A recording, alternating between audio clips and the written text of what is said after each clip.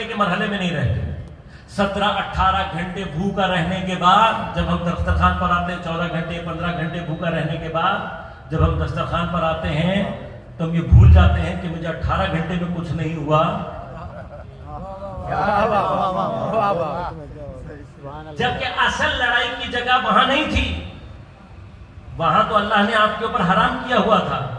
وہاں پہ اگر کھانا پینا کر لو تو عذاب ہے. جو کمالات لینے کی جگہ ہے وہ کھانا کھولنے کے بعد شروع ہوتی ہے. پس روزے کی جو اصل حقیقت ہے وہ روزے کے اندر نہیں ہے، وہ روزے کے باہر ہے. سمجھنا یہ ہے اس بھوک اور پیاس کے ذریعے سے کہ میں اپنے آپ کو روک سکتا ہوں، لیکن 14 گھنٹے 15 گھنٹے کے بعد میں دسترخوان پر بے قابو